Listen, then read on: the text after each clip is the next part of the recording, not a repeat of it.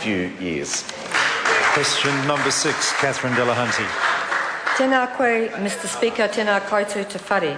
To the Minister of Education, what evidence, if any, has she received that creating bigger super schools in Christchurch will benefit students and their communities? The Honourable Hekia Parata. Tēnā hoki koe e te kai whakawā, tēnā tātou e te whare, tēnā koe te kai patapatai. Mr Speaker, I am not proposing bigger super schools in Christchurch. What I am proposing are fit-for-purpose, 21st century education environment focused on better outcomes for all of our children. This will include some small schools, some big schools, and retain diversity and choice in the system. Supplementary. Catherine Delahunty. Why does the ministry criteria for assessing schools in the Christchurch Renewal Project show that schools with 150 students or less get a black mark against their name? The Honourable Hekia Parata. Mr Speaker, the evidence is very clear that there are 9,500 less students in the Christchurch education network, and so we have to look at what spaces are vacant across classrooms.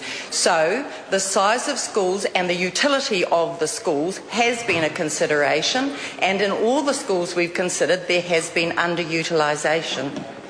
Point of order, Mr Speaker. Point of order, Catherine Delahunty. Mr Speaker, I seek leave to table the Belfast Learning Community Cluster document which shows schools of 150 pupils or less in the negative column.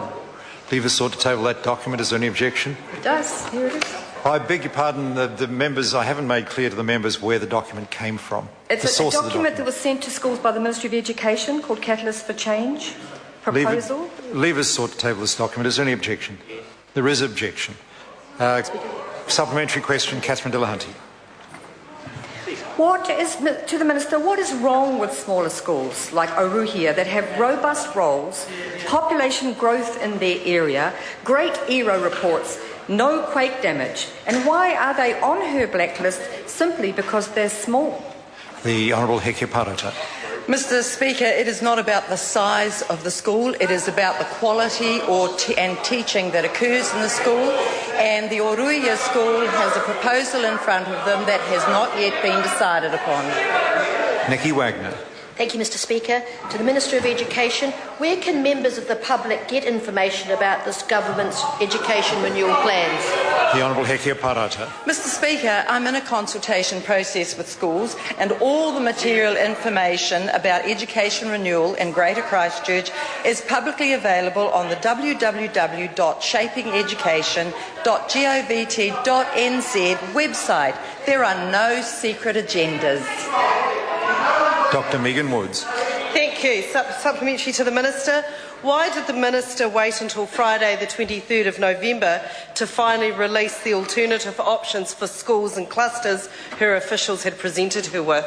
The Honourable Hekia Parata. Mr Speaker, all of the information material to the proposals before schools were made available to them on the 13th of October. The information that I released on Friday was additional background information.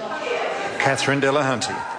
To the Minister, will she remove this 150 pupil minimum category from the negative column on the basis, here it is, on the basis that there is no evidence small schools are bad and communities don't want their schools supersized? The Honourable Hekia Parata. Mr Speaker, I'll just repeat that it is not the size of a school, it is the quality of teaching and learning that occurs there.